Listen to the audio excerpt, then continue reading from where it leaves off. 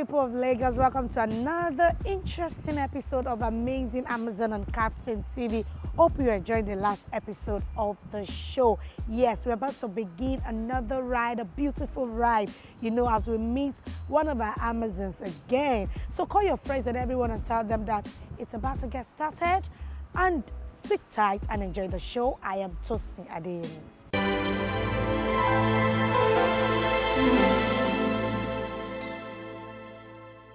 So today I will be talking to an NGO practitioner that focuses on reducing maternal and infant mortality in our community. So she'll be sharing her story with us, how she started her NGO and what she has been doing to actually reduce the rate of mortality that we are having in the health sector. All right, so join me as I meet my guests.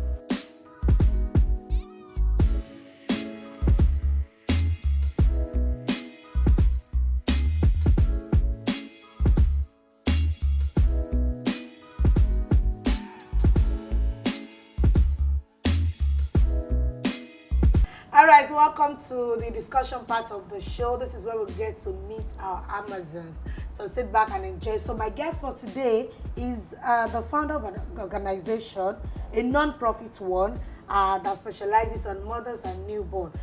What she's most passionate about is saving lives of these people, mothers and child. So in person of Kikelomo Adisa.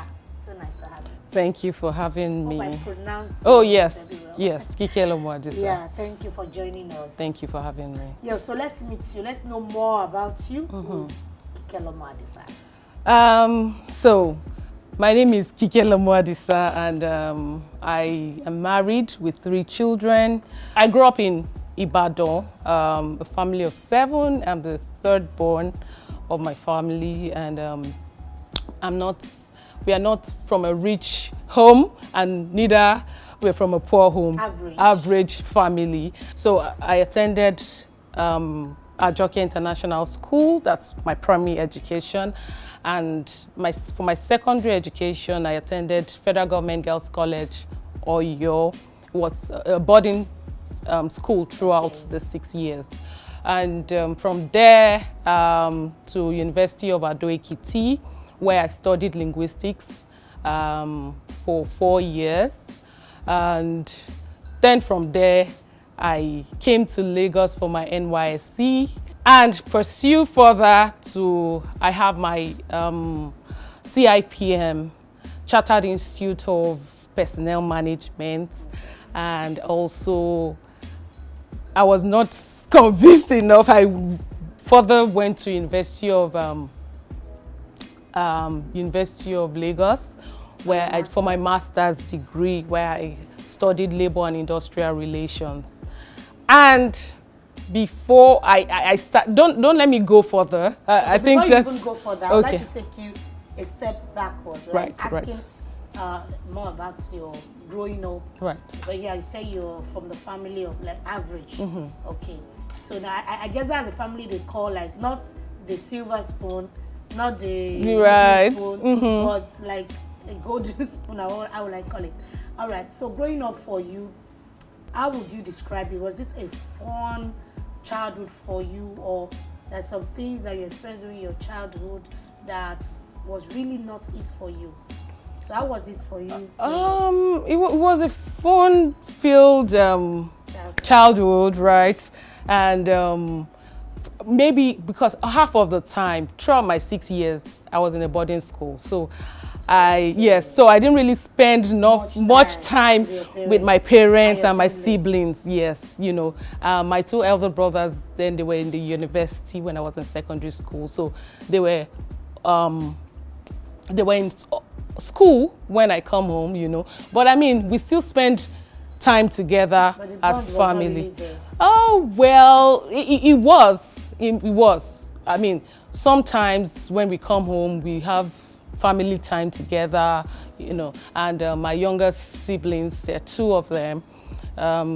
We are all doing okay. Okay. Yeah. So what's that thing you loved so much during your childhood?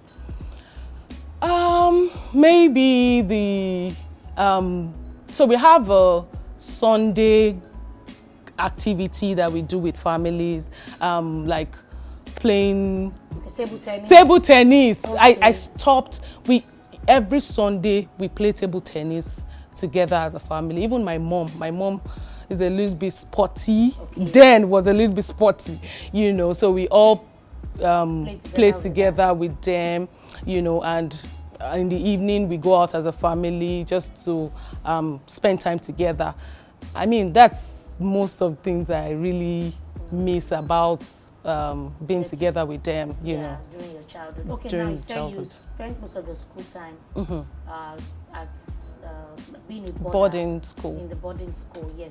So I did, and I know that boarders, that's how I call them, boarders, border girls, they usually have this kind of a different personality, especially. Okay. Yes, a different personality. Like, you don't stay with your parents throughout your school days. You spend most of your time with your friends and all of that. Tell me an experience that you had when you were in the boarding school that was not really pleasant for you. Honestly, I enjoyed my 6 years in as a boarder in secondary school. I always tell my friends and families, because my daughter, as we speak, she's also in a boarding school. Yes, year 8, JSS2 now. Okay. You know, and I get query and like, why would you send your daughter to a boarding school? You know, so I tell them that while I was in boarding school, I was disciplined, you know, laying my bed from, you know, I mean, it was just something I enjoyed doing. I mean, throughout the school, it was fun. I learned so many things while in boarding school. Person, like the genius nerd. No, I wasn't. I was just an average student, and I'm always I don't go against the rules, because I'm always scared of getting punished, you know. So yeah, I mean, it was very, very fun for me while in and I still want to take you back to the boarding school, because I usually hear this a lot, that boarding school, there is high rates of bullying. Did you experience such while you were in school? No, I didn't. Or did you bully anyone? No, I didn't. So, as a boarder that used to be there, because I know that all these border girls, especially, they sneak out night parties and all of that. Yeah. So, yeah, boyfriends and all of that. Now, tell us one thing that you know that you did while you were in school or younger that you regret you ever did. That each time you remember it now, you still feel so bad. Oh, why did I do this? I didn't see that coming, but I think so. We had a rule, a dining rule. Once you go to the dining hall to eat, you're not allowed to take out your food. Okay. Right. So that day, I can't really remember what happened. I think I was just too full, you know, and I didn't want to eat. I had to take out, which was not allowed, right? And during the process of packing the food and sneaking out, I got caught by, I think, a prefect or the dining mistress or so. And that led to several punishments. My name was mentioned. And I don't do that normally. And that was the first. I don't know what really pushed me that day, because I didn't want to miss it. It was a very nice meal, jollof rice and meat, you know. So it's very difficult for you to say no to that kind of nice food. So it's something you can keep and go back to. So I was caught, and my name was mentioned on the assembly. You know, it was quite embarrassing. And ever since then, no, you can't catch me sneak out food, even if it's the best of all best food. I mean, I'd rather not eat than to sneak out. Okay. I mean, so now, can you share like the happiest day of your life? I know you have so many. So many, days. exactly. Like the happiest. Okay, let's do this way. Like the first day that you experienced, like this day like the first time you said is that this is the happiest day of my life, before other happy days, before other subsequent happy days? Okay, so now we need to, is it work related, family? Because there are so many happy you personally days, right? Okay, was when I had my first boy. When I had my second child. No, I mean when I was pregnant.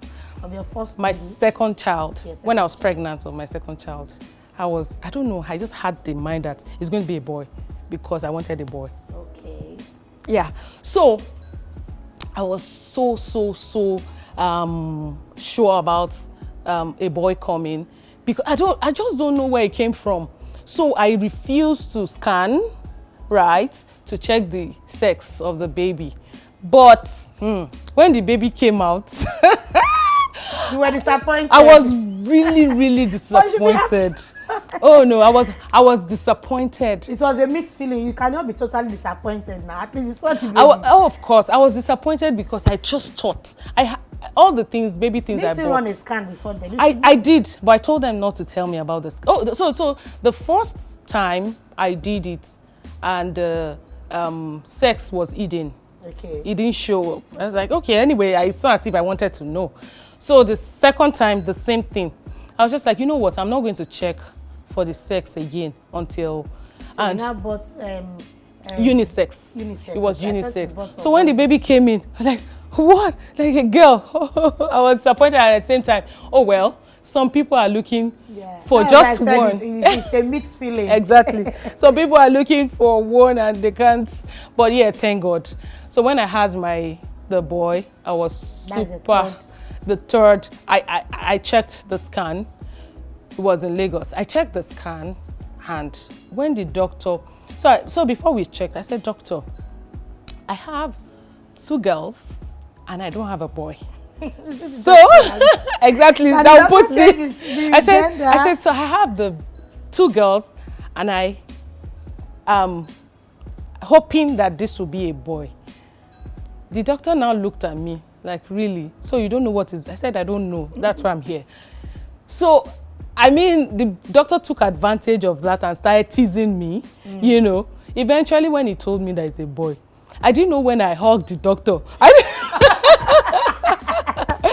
I hugged him. I said, oh, thank you. You don't know what this means to me, you know. I mean, I was super excited. I called my husband, and he was extremely happy, and he started promising so many things like, oh really, so you actually wanted a boy, you know. I mean, that's, can you imagine? We used to hear the story that is always the man that is always requesting for a baby boy, but you are in the one in this oh case. Yes. Okay, all right, that's really good. So now back to let's move further now. So tell us how you upon graduation, you said you studied linguistics. Okay. And what you do now, I really cannot see the correlation. I know. I'm coming there. Yeah. So now, upon graduation, what did you do for yourself? And why did you go study HR again when you knew that linguistics is what you studied? Studied, right. Okay, so when I got a job, of course,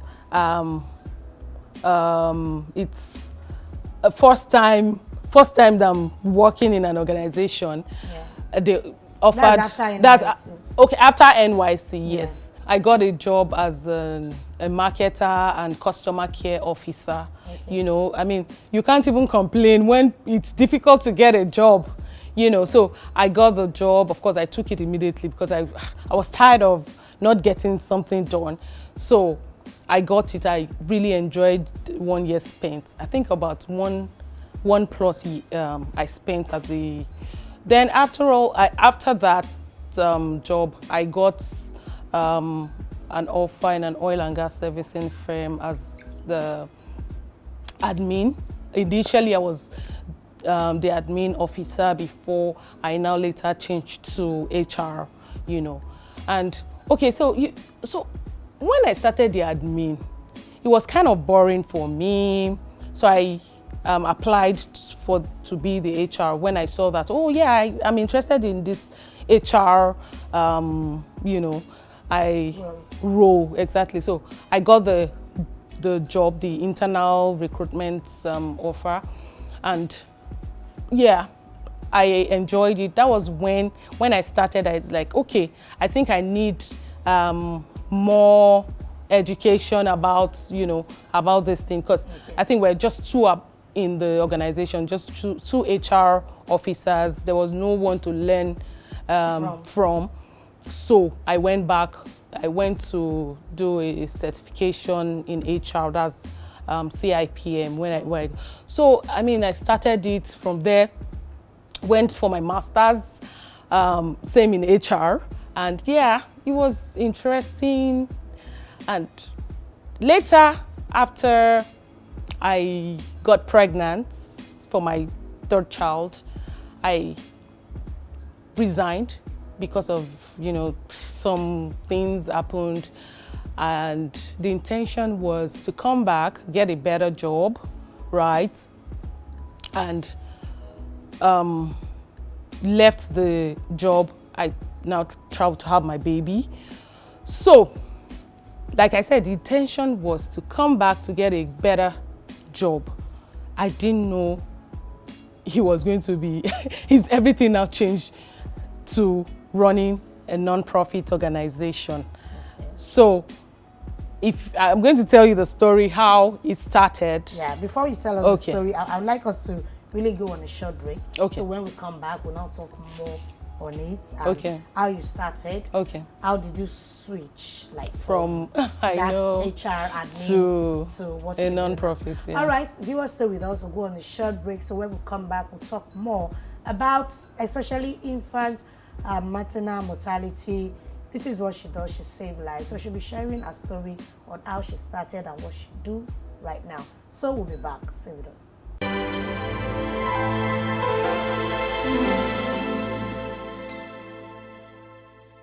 All right, welcome back to the final part of the discussion segment. I've been speaking with Mrs. Kikelomo Adisa. She is a maternal and newborn advocate. So now, let's talk about what you do. So why did you choose this path, and how did you switch? You used to be an HR admin and all of that, but now you run an NGO that focuses on saving lives of infants and mothers. So how did you start? Okay, thank you for that question. So I started, starting this NGO is my personal experience that happened to me when I gave birth to my last born, right? That was in 2018. 2018, I had him.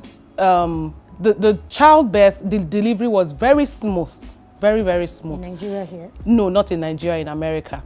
Okay. It was a smooth delivery. And 2 days after, I think we were home already. And yeah, he was sleeping for more than 1 hour.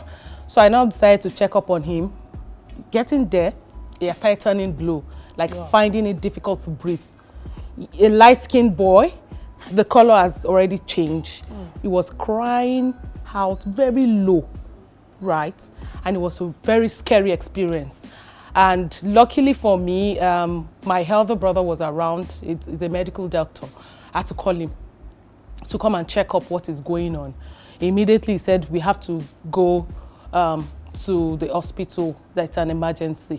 You know, I was so scared. Getting to the hospital, immediately they collected him and placed him on oxygen, right? And it was a very scary experience. We're there for hours. Eventually, now took him to the intensive care units. Okay. We were there for 5 days. Within the 5 days, they did a series of tests. I mean, like series of specialists came in to check what was wrong, and they didn't find anything. Really? I'm telling you, they didn't find anything. And I think it was about the second day, I was the only one with him at the hospital. I cried. I told God that, you know, I can successfully have this baby in Nigeria without any issues or anything. And told God that if you save this baby for me, I'm going to be saving lives. You know, I mean, the first boy, it was I was happy, and boom, this happened. You know, I cried to God, begged him that please save this baby, you know. So it was a covenant. And boom, to the 5th day, everything came back. The results came out positive. Nothing was wrong with the baby. My elder brother was even like, how come they didn't find anything? Are you sure? So exactly. Are you sure this is not the Nigerian jazz or whatever? You know, it was so funny. I said, whichever way, whether Nigerian jazz or whatever, God saved this baby for me, and that's what matters. Exactly. You know. So let's fast forward to when we went to, they discharged us to a normal ward, like, you know, taken so out from the intensive care units, and so we were there, and you already told us. At that point, the baby was fine. At that point, it was fine, but they still wanted to monitor the baby before the final discharge. Right? And a group of people came in, and they said they were from a charity organization, that if we needed any help, you know, and prior to that day, they already told us at the hospital that we were going to be needing a monitor. For what? Okay, so a monitor is the monitor. We are going to place the monitor, the wire on the baby's body, so that whenever that happens, the issue of breathing, the monitor can trigger, and you know, we can know in case we are sleeping at that time. So, and it's going to cost like $5,000, and then we had already spent like a whole lot. You know, we were telling them that we don't think it's necessary, blah blah. But they said we can't, and we didn't have the money, you know, and that it wasn't that it was necessary. If we don't get it, that won't be able to. They won't discharge us, you know. And the more you stay, you know, your bill counts. It counts. So luckily for us, these people came in, and we told them that we needed this, blah blah blah, you know, and they gave us the monitor of $5,000 for free. Wow. Yeah. So it's a charity organization. It's a charity organization. They call it charity there. You know, we call it NGO here. You know, that was when I remembered the covenant I have with God. God, okay, if a country like this can do their charity, you know, for people that are even comfortable in this country. Nigeria, we have a lot of people suffering. They don't even have access to healthcare. You know, that it can be in form of a charity organization where I just didn't know how to be saving the lives. I just knew that I wanted to save lives of babies, right? So, and that was how we got the monitor for free, of course, from the organization. Yeah, back to Nigeria. So, Nigeria, when we go back, you know, so whenever I go out for immunization or anything, and I see babies that are not well taken care of, I feel so emotional, as in like, I should just grab the baby and go and take care of the baby in my house. You know, I mean, it keeps happening. And sometimes I dream about saving lives. I told my husband, I said, when I'm not a medical doctor, how can I be saving lives of children? You know, what kind of dream is that? You know, I now linked everything like, okay, the dream, the covenant I had, I shouldn't forget this covenant, you know. And I just knew that, no, something is happening. I have to attend to it, you know. So I think it was a month to my birthday. My husband was asking me, my husband is a lawyer, by the way. He was asking me what I wanted for my birthday, you know, and I told him I want a non-profit organization registered, that's what I want. He said, are you sure about it? I said, yeah, yes, I just want to do this, you know. And he said, do you know what a non-profit organization is? You have to be here, there, talking to people. Your face will be out there. You are very shy and reserved. You don't do all. I said, yes, but it's something I have to do.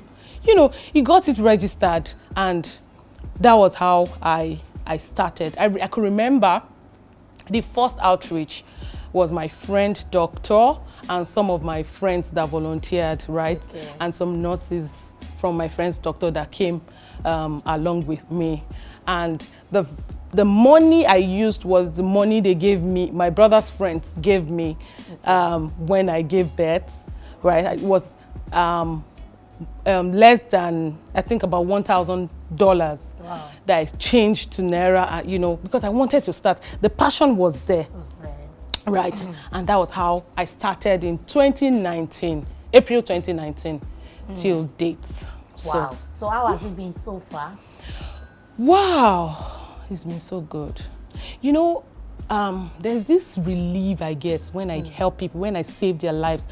By the way, 2019, I've been able to, but with God, have been able to save lives.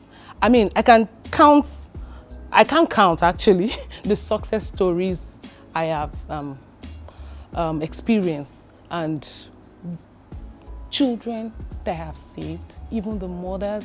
You know, there's this fulfillment I get when I do them. Honestly, I wish you can just enter my heart to see, to understand what exactly. You see, but this is all what you never planned to become. Never.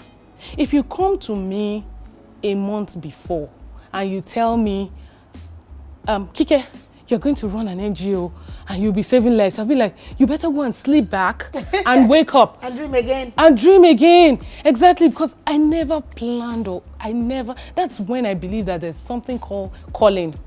Honestly, all my HR career, as in, I never went back, because, so when I even started, it was about just charity work. I didn't plan to make it like an organization until when I went to Happiest, when I went for leadership management, non-profit management course. That was when everything changed. You now got the full understanding, you know. So it was just passion. There was no knowledge about it. So was when I now went to LBS. I'm like, oh, really? So you can actually run a non-profit organization, like you can run it like a proper organization where, you know. So, and that was how it started. I was like, okay, why go back to your career when you can actually, after all, you want to work, you can run it like, and it has not even given me chance to do the HR work. I mean, like, okay, you know, and honestly, I derive joy in it, in what I do. People ask me, how do you do it? I mean, like, you go to communities, carry babies, take them to, I can't even explain to them, like, sincerely, how you do it, how I do it. It's just that maybe God will just say, boom, as in, it will not make it so easy for me to do, right? The money, it comes easy, the help, taking them to the hospital. At times, I even use my car, right, to do all of these things, put them in my car. Because outreaches that we hold, medical outreaches, some comes with like emergency. You have to just take them to the hospital. You know, all of this. Anyway, don't let me go to... I'm actually in that analysis. I know. Okay, let's talk about how you now, because I believe that to run an NGO, you need finance. Right. How did you fund this project? Okay. Because that's one of the challenges I see that most NGO faces. Like, they don't really get support, grants, you know, support from people and all of that. And it's kind of not making the NGO progress. I know. So in the area of funding, how do you sort yourself? Okay, so when I started with my money, you know, and later started writing proposals. This is what we do, help, you know. So there's this private organization that is sponsoring us till date. They've been so good, and apart from them, there's the only major organization that is sponsoring a project at the moment. So apart from them, friends and families are wonderful. I have good friends and families around me. Once you write the stories, post pictures, you get response from them. Honestly, that's how, just friends and families. And they've been so good. So what I see is once they see that you're passionate, consistent about what you're doing, they get to donate, you know. And with some of our friends and families, every month, once they get their salaries, there's a portion they drop inside the foundation's accounts. You know, that's how we've been able to run our programs, our day-to-day programs. Yeah. Okay, now how do you achieve your dream of saving lives of infants and mothers? How do you achieve that dream? Like, okay, yeah, this is what you want to do. You save lives. How do you achieve? Is it like you go on the street, like see a mother, pick a child? No. How do you achieve that? Okay, good question. So let me start with, we have different programs. The first one is our medical outreaches. So medical outreaches, we go to underserved communities. You keep saying, sorry. Yeah. You keep saying we. We are the foundation, as a foundation. Yes, I understand. Like do you like, how do you get your people to work with you and all of that? So we have team, great volunteers that are passionate like me, right? That we do this together. Once I call them, they're always there to support you. These are friends. Some might just be on Instagram. You just send you a message, random messages that I'm so passionate about this. Some doctors, some nurses, you know, and that's how they just contact and they want to be part of this. Okay, and so that's how we form the team. Okay. Yes. So now going back to achieving the saving Okay, lives. so during these medical outreaches, what we do is we educate the women on how to take care of their health, the pregnancy, the babies. That's the first thing part, just health education. So afterwards, we do medical checkup. checkup. Go to hospitals or the streets? No. So we go to underserved communities that they don't have access to healthcare or limited access. Okay. To healthcare. Those are the communities we really go to focus on.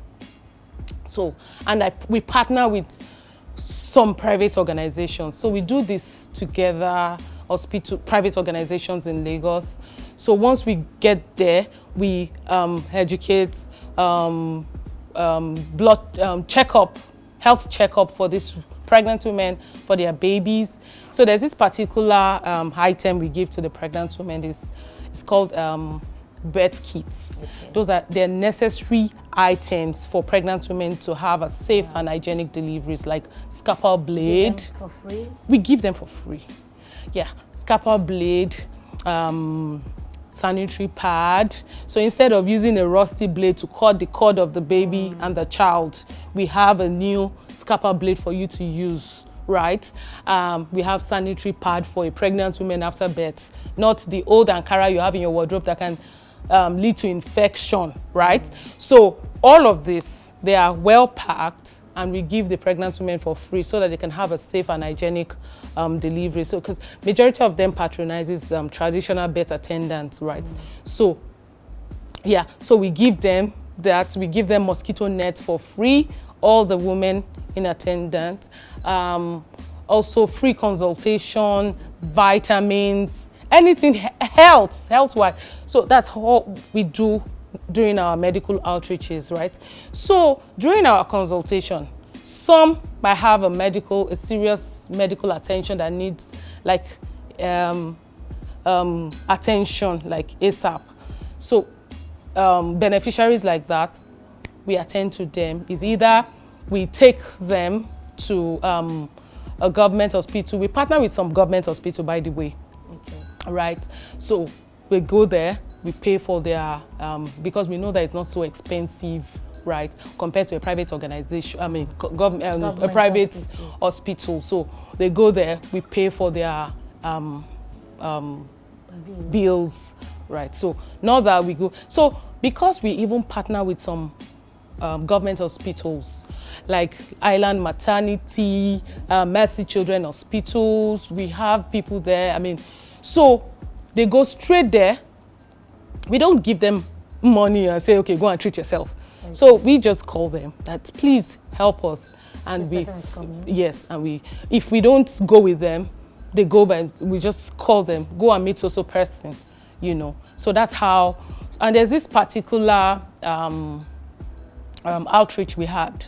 They brought the baby. The baby was around, I think 3 days, newborn baby. So during the checkup and everything, the doctor realized that the navel cord of the baby was bringing out, what's it called now? Bringing out muco, yes.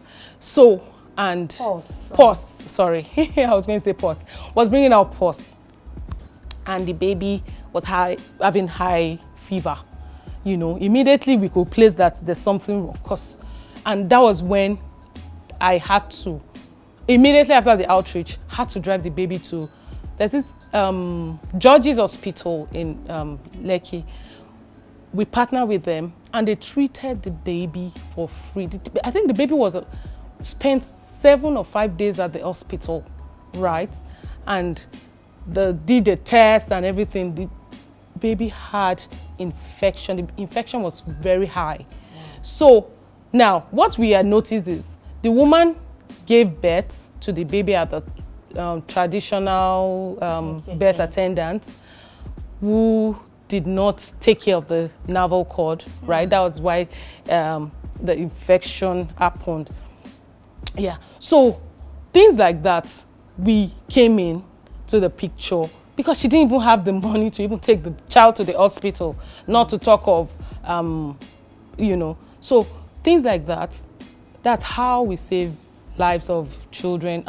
And there are a lot of stories that I can't even... Now, this takes me to the question of, is it right, is it good to go to all these medical centers, all these traditional birth attendants? Is it good?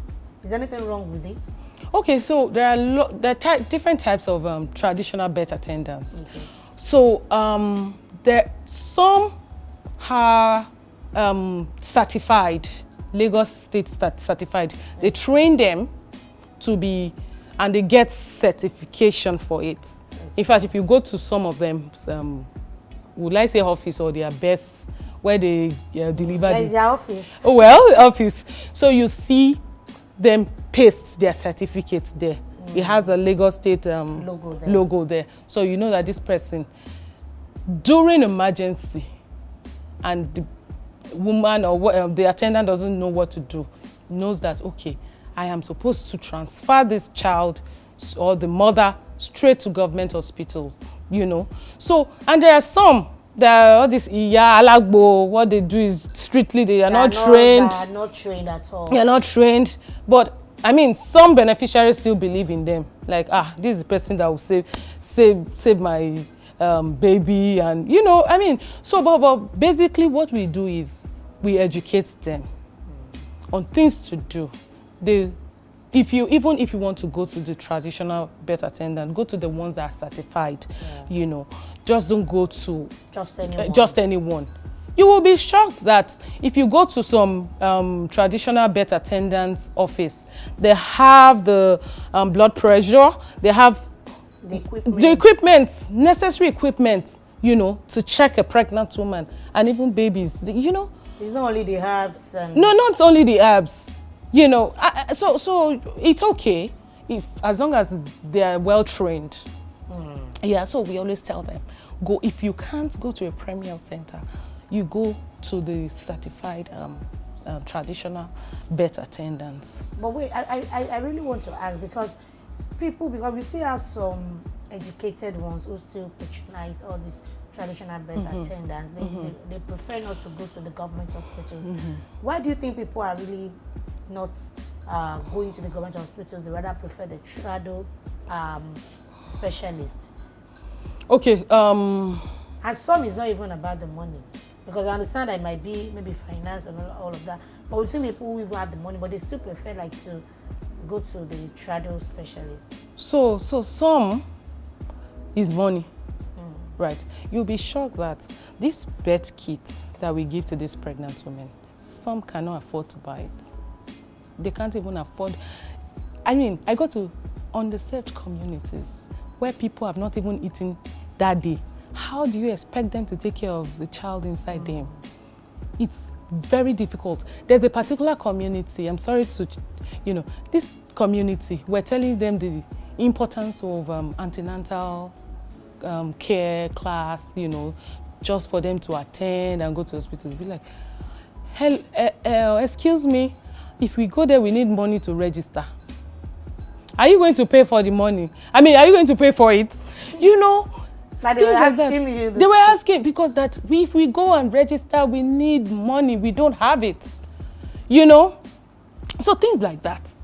So the birth kits that we give them for free, some don't have it. They don't have the money to buy it. And those are the necessary things that will make them have a safe and hygienic deliveries. Some alagbo, the traditional births, the mama, they've not even, they're just managing, and you take a pregnant woman there. She has to save a life. She didn't bring anything, you know. Yeah. She will take a rusty blade she has and use it to cut the cord. She needs to save them. From there, they get infected, and that can lead to death if you can't take care of it. So do you understand? Some, because they don't have the money. Some have the money, but it's a cultural belief. They just feel, is there a lagbo that will save me? Hospital. Why would I go to the hospital? Why would I use the folic acid and when I can drink agbo that will make my baby strong? So it's a belief that they have. I don't know. But what we always do is always educate them. Make them aware, like, okay, your health is important. What to do, necessary things to do when you're pregnant, necessary things to do when you have your babies. But for those who are not really financially buoyant and they want to have their baby and their health well taken care of, and do not want to fall into the wrong hands, what would you advise as a specialist in this area? Okay, or someone who do not have the capacity of a private hospital, and not to fall into the wrong hands of this travel specialist. What would you advise such a person?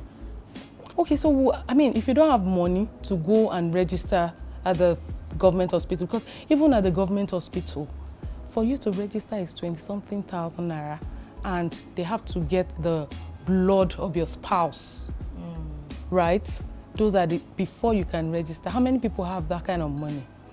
You get. So, but to go to a traditional birth attendant is not even for free too, but they are well trained. If you can't afford the government, you can go to, just ensure that it's a certified traditional birth attendant that you're going to. Yeah. So now, apart from the medical outreach that you do, what other things do you do? Then I also want to ask about the infants. Why do we always experience infant mortality? Yes. Okay, so we started with the medical outreaches, which features health education, free checkup, consultation, free vitamins and all of that, free birth kits. In 2020, during COVID, we got a call from some of our beneficiaries. We called and we got calls checking how they're doing, because we get a contact during the outreaches just to follow up on what we do. Yeah, on their health. So, and we realized that people were really hungry. They would rather eat than to get their health check, right? And they were very hungry. We had to do something about it. So, since our beneficiaries are pregnant women and nursing mothers, so we did something. We started food distribution in different communities that, in Lagos. So there's this particular community that we went to, we found a woman. She was carrying a 5-month-old boy, a very malnourished child. When I mean malnourished, there was no flesh. She was basically skeleton. She was carrying. Wow. It was one of our volunteers that showed me. I checked out the baby. Honestly, it was very, very, when I asked, very scary. I now asked, have you taken this child to the hospital? She said, yes, I've gone to Premier Center. So what did they now say? the baby they hungry. She's an Hausa, so she doesn't really speak English. The baby they hungry. Really? Only hunger? I was just like, okay. And then there was no movement, and I had to call pediatrician, partner pediatrician and nutritionist. Did a call, showed the picture, they told me what to do, and that was how I started. Luckily for me, my house to that place is just like a 20-minute drive. So I could, you know, be going there like every week to check. And that was how I started. I think within 2 months, I started feeding nutritious food, vitamins. Initially, for 1 month, we didn't even take the child to the hospital. It was just feeding vitamins. There was a time that I had to be doing our milkshake because they stay in on the self community. Okay. They don't have access to electricity or even fridge to preserve the milkshake. So I had to be going like 2 times or 3 times in a week when I was going there for like 1 month before I changed it to 2 times in a week, you know. So under 2 months, I think the baby added like 3-point-something kg. Wow. There was massive. So my point is, after a month, we went to the hospital just to check so that it won't be only feeding. And there was nothing wrong with the baby. It was just the food, hunger, that was doing the baby. As in, the baby was just hungry, poverty. There was no money to buy food, you know. And that was when I knew that if we didn't come in, the baby might have even died. Yeah, sure. The baby might have died. Like, what do we need to do? When I saw the massive improvements within 3 months, and that was when we like, okay, you know, this is even, I mean, nutrition intervention is even part of reducing infant mortality, right? Feeding. And that was how we now added that as part of our initiatives, apart from the medical outreach. So the nutrition intervention program started in 2020. So we also tackle nutrition in pregnant women, not only children, right? Not only children from 0 to 5 months, also pregnant women and their mom. Because of course, some will feed, the mother, Ibrahim's mom, that she was breastfeeding. We needed her to feed well, so that she can pass the food to, you know, to her baby. So, I mean, that was how that started. Even before then, we're always paying hospital bills for vulnerable women or children. We can afford to pay bills. I mentioned it earlier that we partner with some government organizations like Mercy Children Hospital and so many others. Okay. So whenever there's emergency cases or a baby, like I got a call, I think last year, a baby needed 20,000 naira for blood. I mean, it was close to the baby, dying if they didn't buy the blood. I think within 2 hours, the baby will have. So I got there, you know, paid for the 20,000 naira, and, you know, and the baby got well. If we didn't come in, the baby would have died because the blood was very, very low. And so many cases like that. So apart from the nutrition intervention, once we feed the baby and the baby is okay, like the one we did in 2020, immediately we did that. We fed for 5 months, and we couldn't go when the woman wasn't working. She was not doing anything. We needed to sustain. We needed her to sustain continuation of feeding, and we empowered the woman with grinding machine. We asked her what she wanted to do, you know, grinding machine, and you know, so we also empower women. Thank you so much for that. I'm really inspired. Oh, thank you. But before we wrap up, very quickly, I want you to tell us how can we reduce maternal and infant mortality in our community? Okay. That's on a general. On a general, okay. So the first thing is this health awareness. I keep saying health awareness, you know. So before I continue, there's this particular community that we went to when we were talking to them about their health.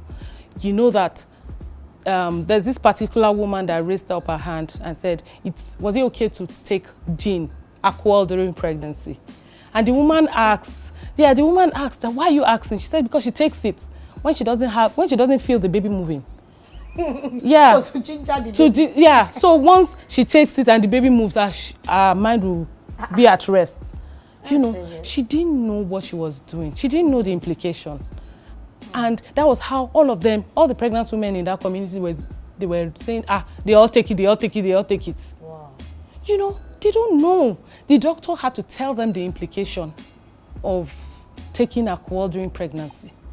You know, so education, they need to be aware, they need to know about all of these things, right?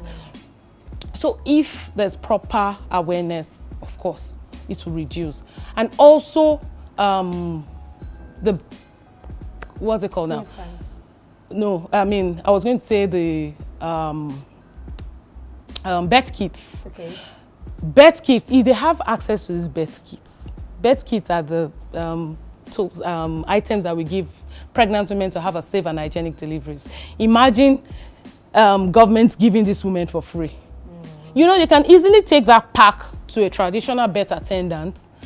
The traditional birth attendant doesn't have to use a rusty blade. Yeah. You have a new blade inside. You have a new pad. You have hand gloves. You don't have to use your bare hand to bring out the baby. You know, this pack alone can reduce maternal and infant mortality, right? So that they don't have infection and, you know, yeah. So that's two. And so you're saying the government should make sure that the government and even organizations, I mean, that's what we are not government and we are doing it to save lives, you know. And all of these things that we do, medical outreaches that we go to communities to do, it's not the government, we do it. If government too can, you know, in fact, governments, their own is even to equip the hospitals, premier health centers. Yeah. Premier health centers, you go there, you might not even see anybody to attend to you. You know, even how they treat, government need to employ skilled health personnel. Yes, some women in communities said they prefer the Alagbos, traditional birth attendant, because they're always nice to them.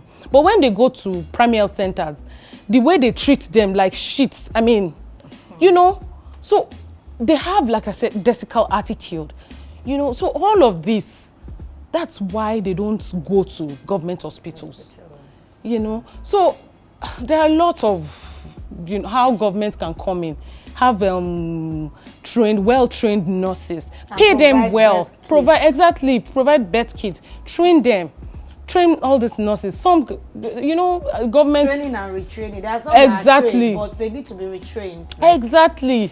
You know, there's this particular outreach that we went to, and they brought a baby, and the mother brought the medication. Like, the doctor said, where did you get the medication? Like, I got it at the primary care center.